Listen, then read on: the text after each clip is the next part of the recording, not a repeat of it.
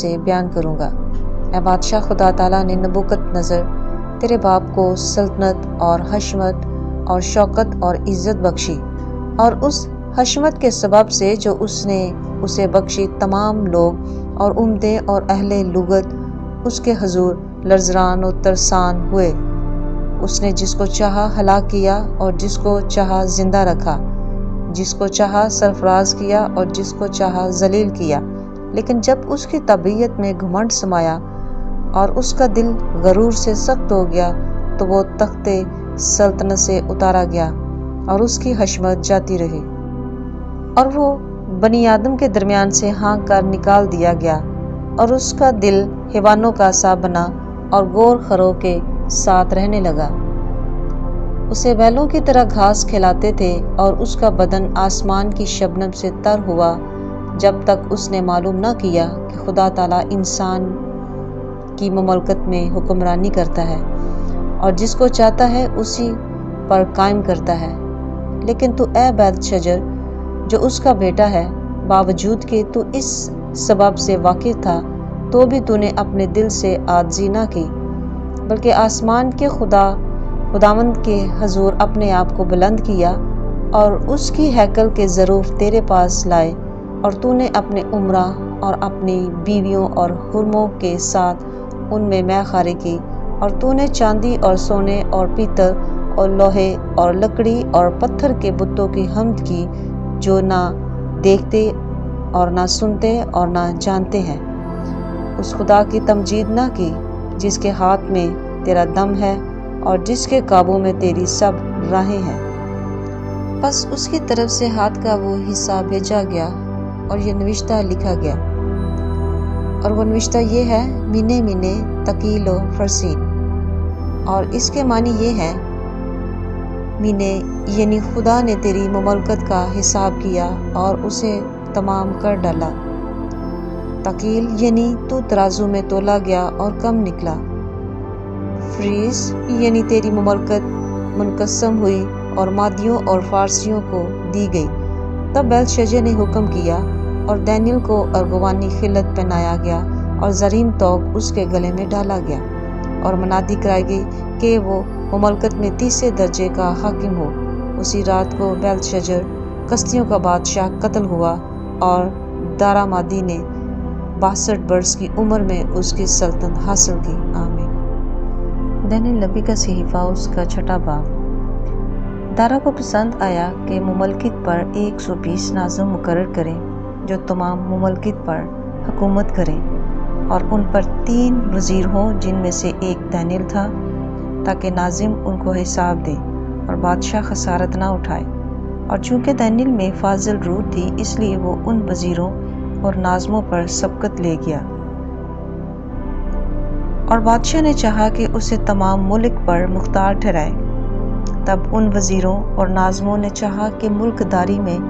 دانیل پر قصور ثابت کریں، لیکن وہ کوئی موقع یا قصور نہ پا سکے، کیونکہ وہ دیانتدار تھا اور اس میں کوئی خطا یا تقصیر نہ تھی۔ تب انہوں نے کہا کہ ہم اس دانیل کو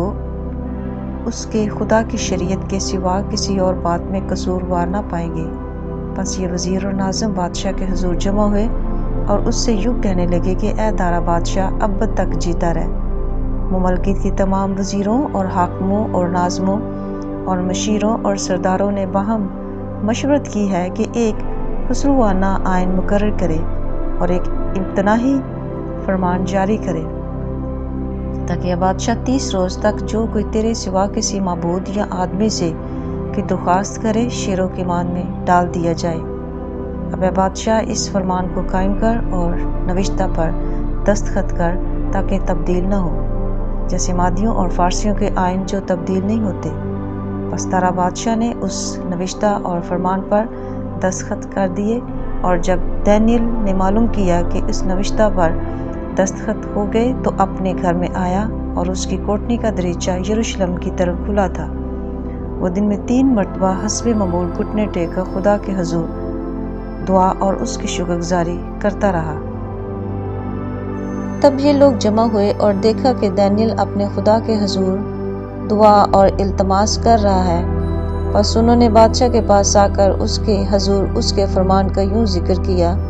کیا بادشاہ، کیا تو نے اس فرمان پر دستخط نہیں کیے کہ 30 روز تک جو کوئی تیرے سوا کسی معبود یا آدمی سے کوئی درخواست کرے شیروں کی ماند میں ڈال دیا جائے گا؟ بادشاہ نے جواب دیا کہ مادیوں اور فارسیوں کے لا تبدیل آئین کے مطابق یہ بات سچ ہے۔ تب انہوں نے بادشاہ کے حضور عرض کی کہ اے بادشاہ، یہ دانیل جو یہودا کے اسیروں میں سے ہے نہ تیری پرواہ کرتا ہے اور نہ اس ابتدائی فرمان کو جس پر تو نے دستخط کیے خاطر میں لاتا ہے، بلکہ ہر روز 3 بار دعا کرتا ہے۔ جب بادشاہ نے یہ باتیں سنی تو نہایت رنجیدہ ہوا اور اس نے دل میں چاہا کہ دانیل کو چھڑائے اور سورج ڈوبنے تک اس کے چھڑانے میں کوشش کرتا رہا۔ پھر یہ لوگ بادشاہ کے حضور فراہم ہوئے اور بادشاہ سے کہنے لگے، کیا بادشاہ، تو سمجھ لے کہ مادیوں اور فارسیوں کا آئین یوں ہے کہ جو فرمان اور قانون بادشاہ مقرر کرے کبھی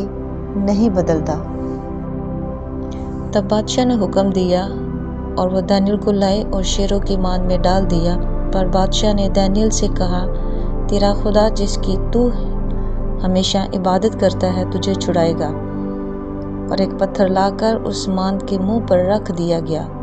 اور بادشاہ نے اپنے امیروں کی مہر اس پر کر دی تاکہ وہ بات جو دانیل کے حق میں ٹھہرائی گئی تھی تبدیل نہ ہو۔ تب بادشاہ اپنے قصر میں گیا اور اس نے ساری رات فاقہ کیا اور موسیقی کے ساز اس کے سامنے نہ لائے گئے اور اس کی نیند جاتی رہی۔ اور بادشاہ صبح بہت سویرے اٹھا اور جلدی سے شیروں کی ماند کی طرف چلا، اور جب ماند پر پہنچا تو غمناک آواز سے دانیل کو پکارا۔ بادشاہ نے دانیل کو خطاب کر کے کہا، اے دانیل، زندہ خدا کے بندے، کیا تیرا خدا جس کی تو ہمیشہ عبادت کرتا ہے قادر ہوا کہ تجھے شیروں سے چھڑائے؟ تب دانیل نے بادشاہ سے کہا، اے بادشاہ، اب تک جیتا رہ۔ میرے خدا نے اپنے فرشتہ کو بھیجا اور شیروں کے منہ بند کر دیے، اور انہوں نے مجھے ضرر نہیں پہنچایا، کیونکہ میں اس کے حضور بے گناہ ثابت ہوا اور تیرے حضور بھی۔ اے بادشاہ، میں نے خطا نہیں کی۔ پس بادشاہ نہایت شادمان ہوا اور حکم دیا کہ دانیل کو اس ماند سے نکالیں۔ پس دانیل اس ماند سے نکالا گیا اور معلوم ہوا کہ اسے کچھ ضرر نہیں پہنچا، کیونکہ اس نے اپنے خدا پر توکل کیا تھا۔ اور بادشاہ نے حکم دیا اور وہ ان شخصوں کو جنہوں نے دانیل کی شکایت کی تھی لائیں اور ان کے بچوں اور بیویوں سمیت ان کو شیروں کی ماند میں ڈال دیا، اور شیر ان پر غالب آئے اور اس سے پیشتر کے ماند کی تہہ تک پہنچے۔ شیروں نے ان کی سب ہڈیاں توڑ ڈالیں۔ تب تارا بادشاہ نے سب لوگوں اور قوموں اور اہل لغت کو جو روح زمین پر بستے تھے نامہ لکھا، تمہاری سلامتی افزون ہو۔ میں یہ فرمان جاری کرتا ہوں کہ میری مملکت کے ہر ایک صوبہ کے لوگ دانیل کے خدا کے حضور ترسان اور لرزان ہو، کیونکہ وہی زندہ خدا ہے اور ہمیشہ قائم ہے، اور اس کی سلطنت لازوال ہے، اور اس کی مملکت اب تک رہے گی۔ وہی چھڑاتا اور بچاتا ہے، اور آسمان اور زمین میں وہی نشان اور عجائب دکھاتا ہے۔ اسی نے دانیل کو شیروں کے پنجوں سے چھڑایا ہے۔ پس یہ دانیل دارا کی سلطنت اور خورس فارسی کی سلطنت میں کامیاب رہا۔ آمین۔ دانیل نبی کا صحیفہ، اس کا 7واں باب۔ شاہ بابل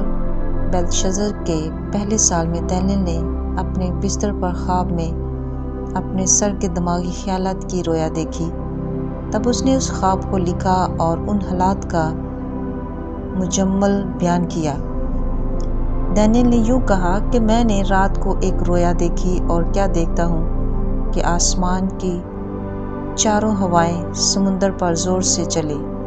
اور سمندر سے 4 بڑے حیوان جو ایک دوسرے سے مختلف تھے نکلے۔ پہلا شیر ببر کی مانند اور عقاب کے سے بازو رکھتا تھا، اور میں دیکھتا رہا جب تک اس کے پر اکھاڑے گئے اور وہ زمین سے اٹھایا گیا اور آدمی کی طرح پاؤں پر کھڑا کیا گیا، اور انسان کا دل اسے دیا گیا۔ اور کیا دیکھتا ہوں کہ ایک دوسرا حیوان ریچھ کی مانند ہے، اور وہ ایک طرف سیدھا کھڑا ہوا اور اس کے منہ میں اس کے دانتوں کے درمیان 3 پسلیاں تھیں۔ انہوں نے اسے کہا کہ اٹھ اور کثرت سے گوشت کھا۔ پھر میں نے نظر کی اور کیا دیکھتا ہوں کہ ایک اور حیوان تندوے کی مانند اٹھا، جس کی پیٹھ پر پرندے کے سے 4 بازو تھے، اور اس حیوان کے 4 سر تھے، اور سلطنت اسے دی گئی۔ پھر میں نے رات کو رویا میں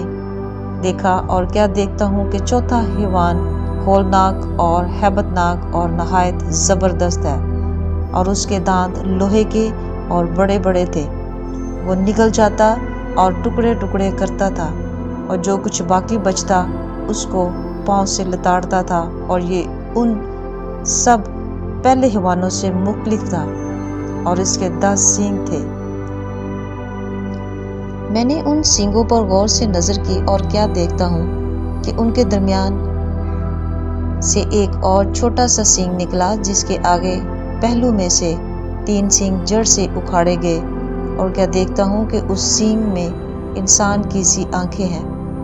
اور ایک منہ ہے جس سے گھمنڈ کی باتیں نکلتی ہیں۔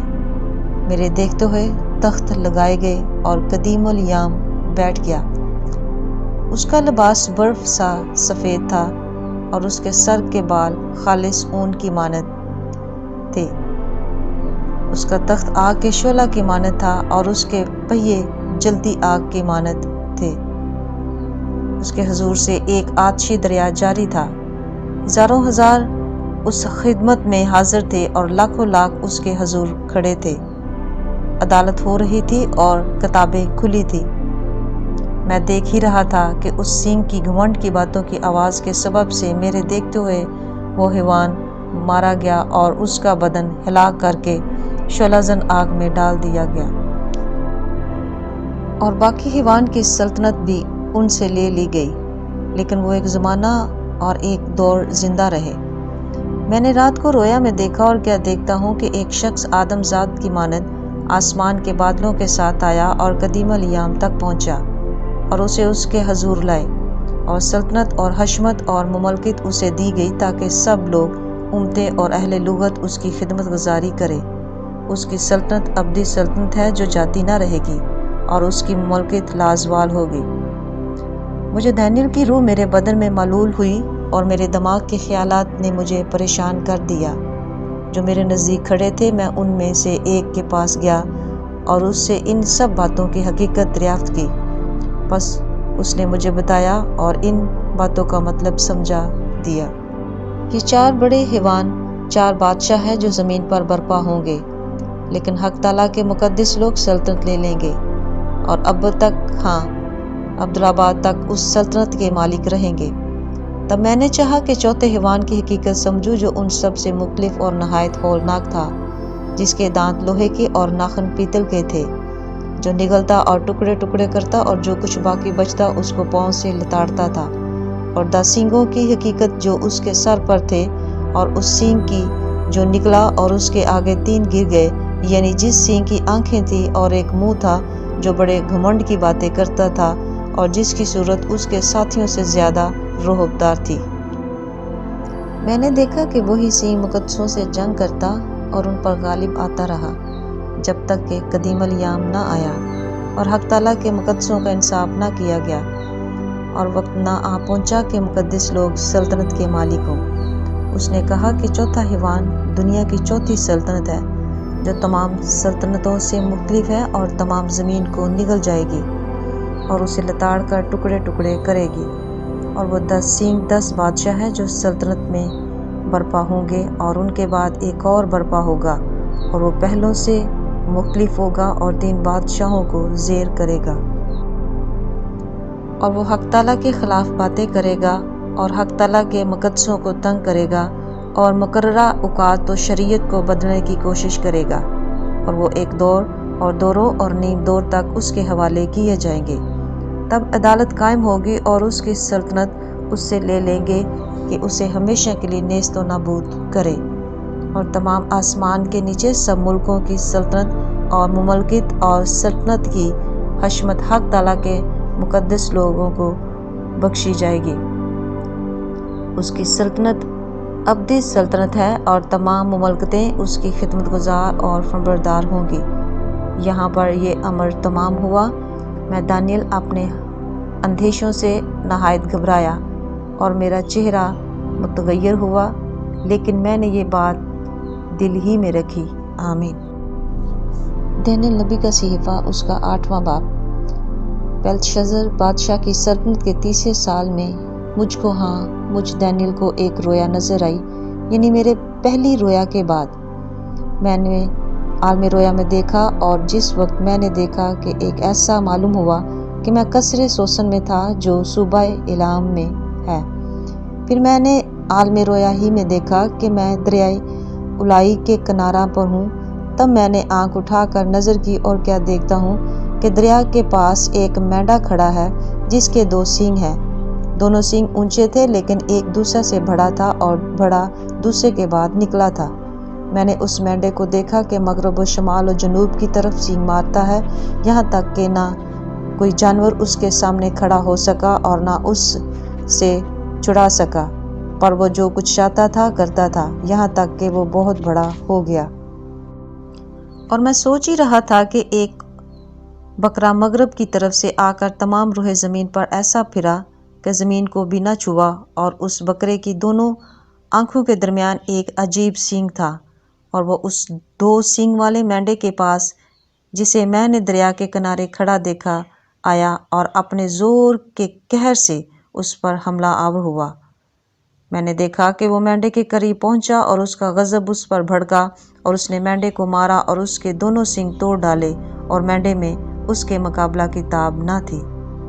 پس اس نے اسے زمین پر پٹک دیا اور اسے لتاڑا، اور کوئی نہ تھا کہ مینڈے کو اس سے چھڑا سکے۔ اور وہ بکرا نہایت بزرگ ہوا، اور جب وہ نہایت زور آور ہوا تو اس کا بڑا سینگ ٹوٹ گیا، اور اس کی جگہ 4 عجیب سینگ آسمان کی چاروں ہواؤں کی طرف نکلے، اور ان میں سے ایک چھوٹا سینگ نکلا جو جنوب اور مشرق اور جلالی ملک کی طرف بے نہایت بڑھ گیا، اور وہ بڑھ کر اجرام فلک تک پہنچا، اور اس نے بعض اجرام فلک اور ستاروں کو زمین پر گرا دیا اور ان کو لتاڑا، بلکہ اس نے اجرام کے فرمانبروا تک اپنے آپ کو بلند کیا، اور اس سے دائمی قربانی کو چھین لیا، اور اس کا مقدس گرا دیا، اور اجرام خطاکاری کے سبب سے دائمی قربانی سمیت اس کے حوالے کیے گئے، اور اس نے سچائی کو زمین پر پٹک دیا، اور وہ کامیابی کے ساتھ یوں کرتا رہا۔ تب میں نے ایک قدوسی کو کلام کرتے سنا، اور دوسرے قدوسی نے اسی قدوسی سے جو کلام کرتا تھا پوچھا کہ دائمی قربانی اور ویران کرنے والی خطاکاری کی رویا جس میں مقدس اور اجرام پمال ہوتے ہیں کب تک رہے گی؟ اور اس نے مجھ سے کہا کہ 2300 صبح و شام تک، اس کے بعد مقدس پاک کیا جائے گا۔ پھر یوں ہوا کہ جب میں نے دانیل سے یہ رویا دیکھی اور اس کی تعبیر کی فکر میں تھا، تو کیا دیکھتا ہوں کہ میرے سامنے کوئی انسان صورت کھڑا ہے، اور میں نے اولائی میں سے ایک آدمی کی آواز سنی جس نے بلند آواز سے کہا کہ اے جبرائیل، اس شخص کو اس رویا کے معنی سمجھا دے۔ چنانچہ وہ جہاں میں کھڑا تھا نزدیک آیا، اور اس کے آنے میں ڈر گیا اور منہ کے بل گرا، پر اس نے مجھ سے کہا اے آدمزاد، سمجھ لے کہ یہ رویا آخری زمانہ کے بابت ہے۔ اور جب وہ مجھ سے باتیں کر رہا تھا، میں گہری نیند میں منہ کے بل زمین پر پڑا تھا، لیکن اس نے مجھے پکڑ کر سیدھا کھڑا کیا اور کہا کہ دیکھ، میں تجھے سمجھاؤں گا کہ قہر کے آخر میں کیا ہوگا، کیونکہ یہ امر آخری مقررہ وقت کی بابت ہے۔ جو مینڈا تو نے دیکھا اس کے دونوں سینگ مادی اور فارس کے بادشاہ ہیں، اور وہ جسم بکرا یونان کا بادشاہ ہے، اور اس کی آنکھوں کے درمیان کا بڑا سینگ پہلا بادشاہ ہے، اور اس کے ٹوٹ جانے کے بعد اس کی جگہ جو 4 اور نکلے، وہ 4 سلطنتیں ہیں جو اس کی قوم میں قائم ہوں گی، لیکن ان کا اقتدار اس کا سا نہ ہوگا، اور ان کی سلطنت کے آخری ایام میں جب تک خطاکار لوگ حد تک پہنچ جائیں گے، تو ایک ترش رو اور رمزشناس بادشاہ برپا ہوگا۔ یہ بڑا زبردست ہوگا، لیکن اپنی قوت سے نہیں، اور عجیب طرح سے برباد کرے گا، اور برومند ہوگا اور کام کرے گا اور زوراوروں اور مقدس لوگوں کو ہلاک کرے گا اور اپنی چترائی سے ایسے کام کرے گا کہ اس کی فطرت کے منصوبے اس کے ہاتھ میں خوب انجام پائیں گے اور دل میں بڑا گھمنڈ کرے گا اور صلح کے وقت میں بطیروں کو ہلاک کرے گا۔ وہ بادشاہوں کے بادشاہ سے بھی مقابلہ کرنے کے لیے اٹھ کھڑا ہوگا، لیکن بے ہاتھ ہلائے ہی شکست کھائے گا۔ اور یہ صبح شام کی رویا جو بیان ہوئی یقینی ہے، لیکن تو اس رویا کو بند کر رکھ، کیونکہ اس کا علاقہ بہت دور کے ایام سے ہے۔ اور مجھ دانیل کو غش آیا اور میں چند روز تک بیمار پڑا رہا۔ پھر میں نے اٹھا اور بادشاہ کا کاروبار کرنے لگا، اور میں رویا سے پریشان تھا، لیکن اس کو کوئی نہ سمجھا۔ آمین۔ دانیل نبی کا صحیفہ، اس کا 9واں باب۔ دارا بن اکسویرس جو مادیوں کی نسل سے تھا اور کسدیوں کی مملکت پر بادشاہ مقرر ہوا، اس کے پہلے سال میں، یعنی اس کی سلطنت کے پہلے سال میں دانیل نے کتابوں میں ان برسوں کا حساب سمجھا جن کی بابت خداوند کا کلام یرمیہ نبی پر نازل ہوا کہ یروشلم کی بربادی پر 70 برس پورے گزریں گے۔ اور میں نے خداوند خدا کی طرف رخ کیا، اور میں منت اور مناجات کر کے اور روزہ رکھ کر اور ٹاٹ اوڑھ کر اور راکھ پر بیٹھ کر اس کا طالب ہوا۔ اور میں نے خداوند اپنے خدا سے دعا کی اور اقرار کیا اور کہا کہ اے خداوند عظیم اور مہیب خدا، تو اپنے فرمانبردار محبت رکھنے والوں کے لیے اپنے عہد و رحم کو قائم رکھتا ہے۔ ہم نے تیرا گناہ کیا، ہم برگشتہ ہوئے، ہم نے شرارت کی، ہم نے بغاوت کی، بلکہ ہم نے تیرے احکام اور آئین کو ترک کیا ہے، اور ہم تیرے خدمت گزار نبیوں کے شنوا نہیں ہوئے،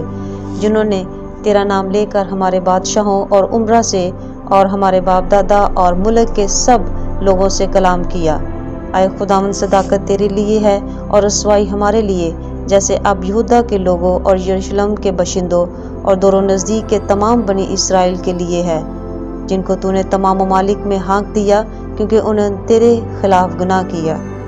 اے خداوند، رسوائی ہمارے لیے ہے، ہمارے بادشاہوں، ہمارے عمرا اور ہمارے باپ دادا کے لیے، کیونکہ ہم تیرے گنہگار ہوئے۔ خداوند ہمارا خدا رحیم و غفور ہے، اگرچہ ہم نے اس سے بغاوت کی۔ ہم خداوند اپنے خدا کی آواز کے شنوا نہیں ہوئے کہ اس کی شریعت پر جو اس نے اپنے خدمت گزار نبیوں کی معرفت ہمارے لیے مقرر کی عمل کرے۔ ہاں، تمام بنی اسرائیل نے تیری شریعت کو توڑا اور برگشتی اختیار کی تاکہ تیری آواز کے شنوا نہ ہو۔ اس لیے وہ لعنت اور قسم جو خدا کے خادم موسیٰ کی توریت میں مرقوم ہے ہم پر پوری ہوئی، کیونکہ ہم اس کے گنہگار ہوئے۔ اور اس نے جو کچھ ہمارے اور ہمارے قاضیوں کے خلاف جو ہماری عدالت کرتے تھے فرمایا تھا، ہم پر بلائے عظیم لا کر ثابت کر دکھایا، کیونکہ جو کچھ یروشلم سے کیا گیا وہ تمام جہان میں اور کہیں نہیں ہوا۔ جیسا موسیٰ کی توریت میں مرقوم ہے، یہ تمام مصیبت ہم پر آئی، تو بھی ہم نے خداوند اپنے خدا سے التجا نہ کی کہ ہم اپنی بدکرداری سے باز آتے اور تیری سچائی کو پہچان دے۔ اس لیے خداوند نے بلا کو نگاہ میں رکھا اور اس کو ہم پر نازل کیا، کیونکہ خداوند ہمارا خدا اپنے سب کاموں میں جو وہ کرتا ہے صادق ہے، لیکن ہم اس کی آواز کے شنوا نہ ہوئے۔ اور اب اے خداوند ہمارے خدا، جو زور آور بازو سے اپنے لوگوں کو ملک مصر سے نکال لایا اور اپنے لیے نام پیدا کیا، جیسا آج کے دن ہے، ہم نے گناہ کیا، ہم نے شرارت کی۔ اے خداوند، میں تیری منت کرتا ہوں کہ تو اپنی تمام صداقت کے مطابق اپنے قہر و غضب کو اپنے شہر یروشلم یعنی اپنے کوہ مقدس سے موقوف کر، کیونکہ ہمارے گناہوں اور ہمارے باپ دادا کی بدکرداری کے سبب سے یروشلم اور تیرے لوگ اپنے سب آس پاس والوں کے نزدیک جائے ملامت ہوئے۔ بس اب اے ہمارے خدا، اپنے خادم کی دعا اور التماس سن، اور اپنے چہرہ کو اپنے ہی خاطر اپنے مقدس پر جو ویران ہے جلوہ گر فرما۔ اے میرے خدا، کان لگا کر سن اور آنکھیں کھول کر ہمارے ویرانوں کو اور اس شہر کو جو تیرے نام سے کہلاتا ہے دیکھ، کہ ہم تیرے حضور اپنی راست بازی پر نہیں بلکہ تیری بے نہایت رحمت پر تکیہ کر کے مناجات کرتے ہیں۔ اے خداوند سن، اے خداوند معاف فرما، اے خداوند سن لے اور کچھ کر۔ اے میرے خدا، اپنے نام کی خاطر دیر نہ کر، کیونکہ تیرا شہر اور تیرے لوگ تیرے ہی نام سے کہلاتے ہیں۔ اور جب میں یہ کہتا اور دعا کرتا اور اپنے اور اپنی قوم اسرائیل کے گناہوں کا اقرار کرتا تھا، اور خداوند اپنے خدا کے حضور اپنے خدا کے کوہ مقدس کے لیے مناجات کر رہا تھا۔ ہاں، میں دعا میں یہ کہہ ہی رہا تھا کہ وہی شخص جبرائیل جسے میں نے شروع میں رویا میں دیکھا تھا، حکم کے مطابق تیز پروازی کرتا ہوا آیا اور شام کی قربانی گزارنے کے وقت کے قریب مجھے چھوا، اور اس نے مجھے سمجھایا اور مجھ سے باتیں کی اور کہا کہ اے دانیل، میں اب اس لیے آیا ہوں کہ تجھے دانش و فہم بخشوں۔ تیری مناجات کے شروع ہی میں حکم صادر ہوا اور میں آیا ہوں کہ تجھے بتاؤں، کیونکہ تو بہت عزیز ہے۔ پس تو غور کر اور رویا کو سمجھ لے۔ تیرے لوگوں اور تیرے مقدس شہر کے لیے 70 ہفتے مقرر کیے گئے کہ خطا کاری اور گناہ کا خاتمہ ہو جائے، بدکرداری کا کفارہ دیا جائے، ابدی راست بازی قائم ہو، رویا نبوت پر مہر ہو اور پاک ترین مقام ممسوح کیا جائے۔ پس تو معلوم کر اور سمجھ لے کہ یروشلم کی بحالی اور تعمیر کا حکم صادر ہونے سے ممسوح فرمانروا تک 7 ہفتے اور 62 ہفتے ہوں گے۔ تب پھر بازار تعمیر کیے جائیں گے اور فصیل بنائی جائے گی، مگر مصیبت کے ایام میں اور 62 ہفتوں کے بعد وہ ممسوح قتل کیا جائے گا اور اس کا کچھ نہ رہے گا، اور ایک بادشاہ آئے گا جس کے لوگ شہر اور مقدس کو ممسار کریں گے، اور اس کا انجام گویا طوفان کے ساتھ ہوگا، اور آخر تک لڑائی رہے گی۔ بربادی مقرر ہو چکی ہے، اور 1 ہفتہ کے لیے بہتوں سے عہد قائم کرے گا، اور نصف ہفتہ میں ذبیحہ اور ہدیہ موقوف کرے گا، اور فصیلوں پر اجاڑنے والی مکروہات رکھی جائیں گی، یہاں تک کہ بربادی کمال کو پہنچ جائے گی، اور وہ بلا جو مقرر کی گئی ہے اس اجاڑنے والے پر واقع ہوگی۔ آمین۔ دانیل نبی کا صحیفہ، اس کا 10واں باب۔ شاہ فارس خورس کے 30 سال میں دانیل پر، جس کا نام بیلتشزر رکھا گیا، ایک بات ظاہر کی گئی، اور وہ بات سچ اور بڑی لشکر کشی کی تھی، اور اس نے اس بات پر غور کیا اور اس رویا کا بھید سمجھا۔ میں دانیل ان دنوں میں 3 ہفتوں تک ماتم کرتا رہا، نہ میں نے لذیذ کھانا کھایا نہ گوشت، اور میں نے میرے منہ میں دخل پایا، اور نہ میں نے تیل ملا، جب تک کہ پورے 3 ہفتے گزر نہ گئے۔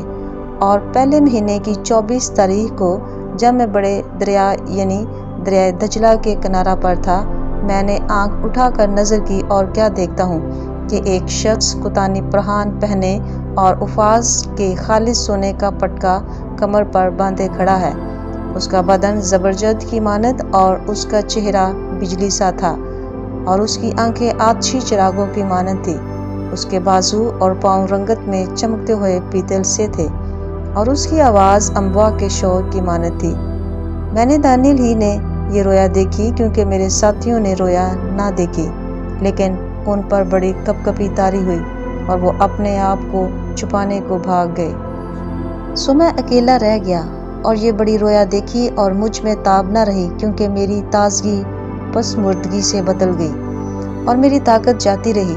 پر میں نے اس آواز اور باتیں سنی، اور میں اس کی آواز اور باتیں سنتے وقت منہ کے بل بھاری نیند میں پڑ گیا، اور میرا منہ زمین کی طرف تھا، اور دیکھ ایک ہاتھ نے مجھے چھوا اور مجھے گھٹنوں اور ہتھیلیوں پر بٹھایا، اور اس نے مجھ سے کہا، اے دانیل عزیز مرد، جو باتیں میں تجھ سے کہتا ہوں سمجھ لے اور سیدھا کھڑا ہو جا، کیونکہ اب میں تیرے پاس بھیجا گیا ہوں۔ اور جب اس نے مجھ سے یہ باتیں کہیں تو میں کانپتا ہوا کھڑا ہو گیا۔ تب اس نے مجھ سے کہا، اے دانیل خوف نہ کر، کیونکہ جس روز سے تو نے دل لگایا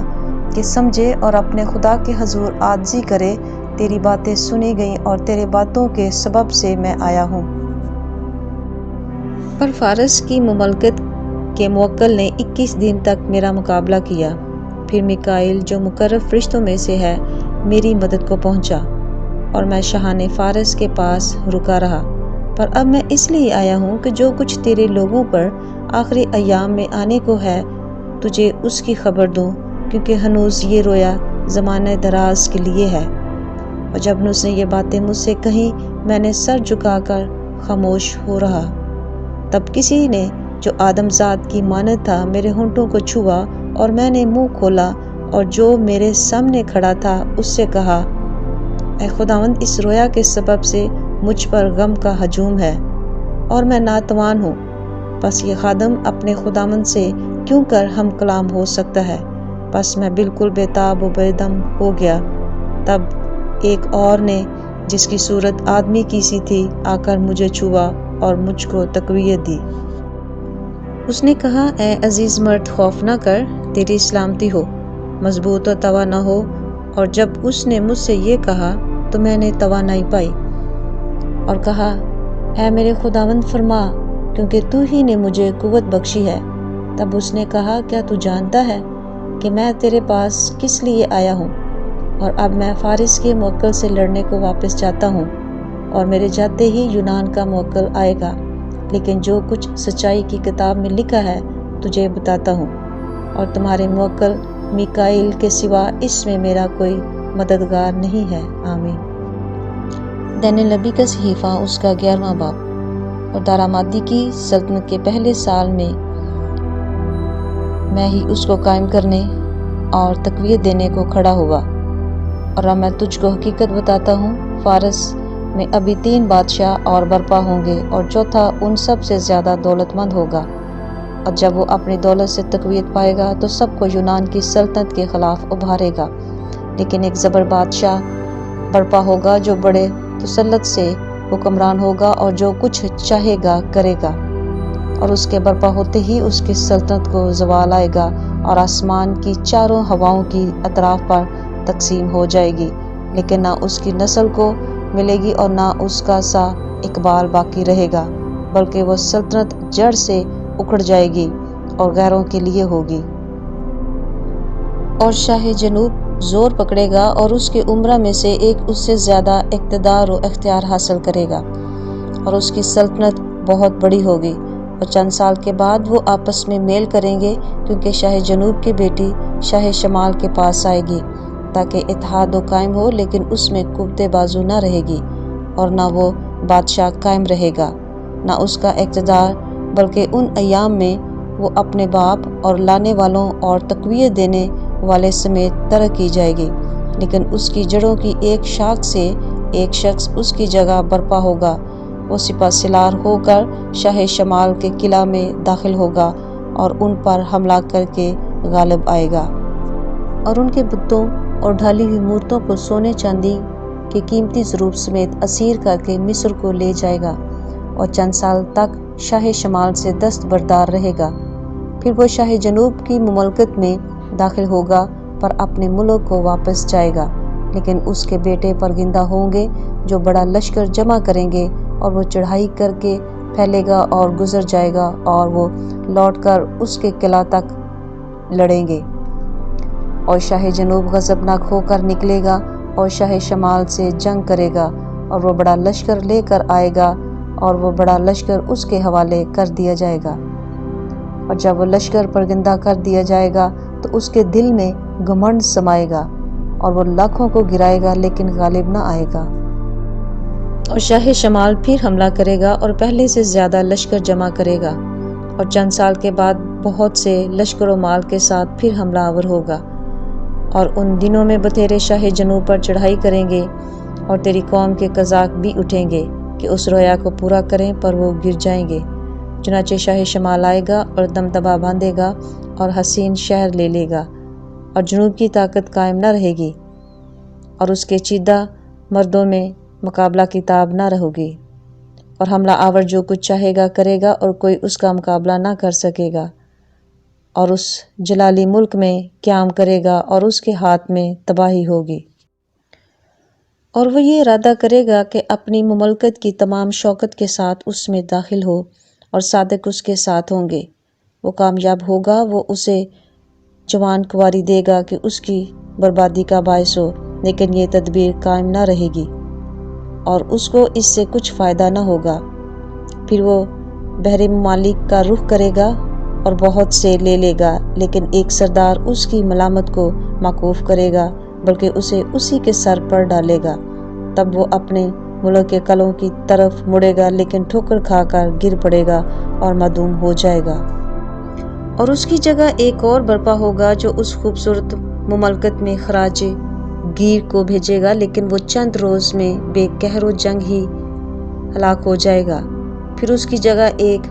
پاجی برپا ہوگا جو سلطنت کی عزت کا حقدار نہ ہوگا، لیکن وہ ناگہان آئے گا اور چاپلوسی کر کے مملکت پر قابض ہو جائے گا، اور وہ سلاب افواج کو اپنے سامنے رگیدے گا اور شکست دے گا، اور امیر عہد کو بھی نہ چھوڑے گا، اور جب اس کے ساتھ عہد و پیما ہو جائے گا تو دغا بازی کرے گا، کیونکہ وہ بڑھے گا اور ایک قلیل جماعت کی مدد سے اقتدار حاصل کرے گا، اور ایام امن میں ملک کے زرخیز مقامات میں داخل ہوگا، اور جو کچھ اس کے باپ دادا اور ان کے اباء و اجداد سے نہ ہوا تھا کر دکھائے گا۔ وہ غنیمت اور لوٹ اور مال ان میں تقسیم کرے گا، اور کچھ عرصہ تک مضبوط قلعوں کے خلاف منصوبے باندھے گا، اور وہ اپنے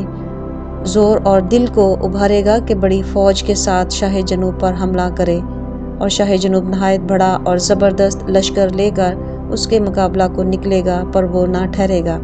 کیونکہ وہ اس کے خلاف منصوبے باندھیں گے، بلکہ جو اس کا دیا کھاتے ہیں وہی اسے شکست دیں گے، اور اس کی فوج پرگندہ ہوگی اور بہت سے قتل ہوں گے۔ اور ان دنوں بادشاہ کے دل شرارت کی طرف مائل ہوں گے، وہ ایک ہی دسترخوان پر بیٹھ کر جھوٹ بولیں گے پر کامیابی نہ ہوگی، کیونکہ خاتمہ مقررہ وقت پر ہوگا، تب وہ بہت سی غنیمت لے کر اپنے ملک کو واپس جائے گا، اور اس کا دل عہد مقدس کے خلاف ہوگا، اور وہ اپنی مرضی پوری کر کے اپنے ملک کو واپس جائے گا۔ مقررہ وقت پر وہ پھر جنوب کی طرف خروج کرے گا، لیکن یہ حملہ پہلے کی مانند نہ ہوگا، کیونکہ اہل قتیم کے جہاز اس کے مقابلہ کو نکلیں گے، اور وہ رنجیدہ ہو کر مڑے گا، اور عہد مقدس پر اس کا غضب بھڑکے گا، اور وہ اس کے مطابق عمل کرے گا، بلکہ وہ مڑ کر ان لوگوں سے جو عہد مقدس کو ترک کریں گے اتفاق کرے گا، اور افواج اس کی مدد کرے گی، اور وہ محکم مقدس کو ناپاک اور دائمی قربانی کو موقوف کریں گے، اور اجاڑنے والی مکروہ چیز کو اس میں نصب کریں گے، اور وہ عہد مقدس کے خلاف شرارت کرنے والوں کو خوشامد کر کے برگشتہ کرے گا، لیکن اپنے خدا کو پہچاننے والی تقویت پا کر کچھ کر دکھائیں گے، اور جو لوگوں میں اہل دانش ہیں بہتوں کو تعلیم دیں گے، لیکن وہ کچھ مدت تک تلوار اور آگ اور اسیری اور لوٹ مار سے تباہ حال رہیں گے، اور جب تباہی میں پڑیں گے تو ان کو تھوڑی سی مدت سے تقویت پہنچے گی، لیکن بطیرے خوشامد گوئی سے ان میں آ ملیں گے، اور بعض اہل فہم تباہ حال ہوں گے تاکہ پاک و صاف اور براق ہو جائے جب تک آخری وقت نہ آ جائے، کیونکہ یہ مقررہ وقت تک ملتوی ہے، اور بادشاہ اپنی مرضی کے مطابق چلے گا اور تکبر کرے گا، اور سب معبودوں سے بڑا بنے گا، اور الہوں کے اعلیٰ کے خلاف بہت سی حیرت انگیز باتیں کہے گا، اور اقبال مند ہوگا یہاں تک کہ قہر کی تسکین ہو جائے گی، کیونکہ جو کچھ مقرر ہو چکا ہے واقعہ ہوگا، اور وہ اپنے باپ دادا کے معبودوں کی پرواہ نہ کرے گا، اور نہ عورتوں کی مرغوبہ کو، اور نہ کسی اور معبود کو مانے گا، بلکہ اپنے آپ ہی کو سب سے بالا جانے گا، اور اپنے مکان پر معبود حصار کی تعظیم کرے گا، اور جس معبود کو اس کے باپ دادا نہ جانتے تھے سونا اور چاندی اور قیمتی پتھر اور نفیس ہدیے دے کر اس کی تکریم کرے گا۔ وہ بیگانہ معبود کی مدد سے محکم قلعوں پر حملہ کرے گا، جو اس کو قبول کریں گے ان کی بڑی عزت بخشے گا، اور بہتوں پر حاکم بنائے گا، اور رشوت میں ملک کو تقسیم کرے گا، اور خاتمہ کے وقت میں شاہ جنوب اس پر حملہ کرے گا، اور شاہ شمال رتھ اور سوار اور بہت سے جہاز لے کر گردباد کی مانند اس پر چڑھ آئے گا، اور ممالک میں داخل ہو کر سیلاب کی مانند گزرے گا، اور جلالی ملک میں بھی داخل ہوگا، اور بہت سے مغلوب ہو جائیں گے، لیکن ادم اور مواب اور بنی امون کے خاص لوگ اس کے ہاتھ سے چھڑا لیے جائیں گے۔ وہ دیگر ممالک پر بھی ہاتھ چلائے گا، اور ملک مصر بھی بچ نہ سکے گا، بلکہ وہ سونے چاندی کے خزانوں اور مصر کی تمام نفیس چیزوں پر قابض ہوگا، اور لوبی اور کوشی بھی اس کے ہم رکاب ہوں گے، لیکن مشرقی اور شمال اطراف سے افواہیں اسے پریشان کریں گی، اور وہ بڑے غضب سے نکلے گا کہ بہتوں کو نیست و نابود کرے، اور وہ شاندار مقدس پہاڑ اور سمندر کے درمیان شاہی خیمے لگائے گا، لیکن اس کا خاتمہ ہو جائے گا اور کوئی اس کا مددگار نہ ہوگا۔ آمین۔ دین نبی کا صحیفہ اس کا 12واں باب۔ اور اس وقت میکائیل مقرر فرشتہ جو تیری قوم کے فرزندوں کی حمایت کے لیے کھڑا ہے اٹھے گا، اور وہ ایسی تکلیف کا وقت ہوگا کہ ابتدائی اقوام سے اس وقت تک کبھی نہ ہوا ہوگا۔ اور اس وقت تیرے لوگوں میں سے ہر ایک جس کا نام کتاب میں لکھا ہوگا رہائی پائے گا، اور جو خاک میں سو رہے ہیں ان میں سے بتیرے جاگ اٹھیں گے، بعض حیات ابدی کے لیے اور بعض رسوائی اور ذلت ابدی کے لیے۔ اور اہل دانش نور فلک کی مانند چمکیں گے، اور جن کی کوششوں سے بتیرے صادق ہوں گے ستاروں کی مانند ابدالآباد تک روشن ہوں گے۔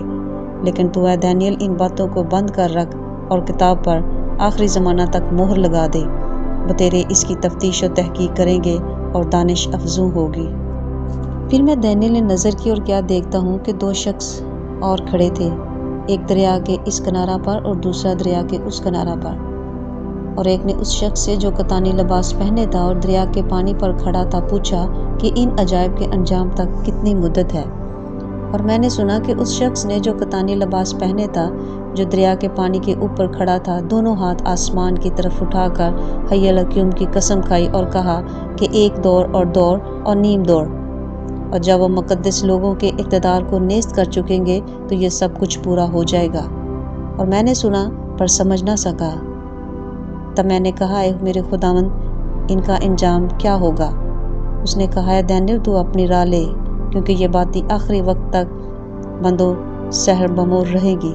اور بہت لوگ پاک کیے جائیں گے اور صاف و براک ہوں گے، لیکن شریر شرارت کرتے رہیں گے، اور شریروں میں سے کوئی نہ سمجھے گا، پر دانشور سمجھیں گے۔ اور جس وقت سے دائمی قربانی موقوف کی جائے گی اور وہ اجاڑنے والی مکروہ چیز نصب کی جائے گی 1290 دن ہوں گے۔ مبارک ہے وہ جو 1335 روز تک انتظار کرتا ہے، پر تو اپنی راہ لے جب تک کہ مدت پوری نہ ہو، کیونکہ تو آرام کرے گا اور ایام کے اختتام پر اپنی میراث میں اٹھ کھڑا ہوگا۔ آمین۔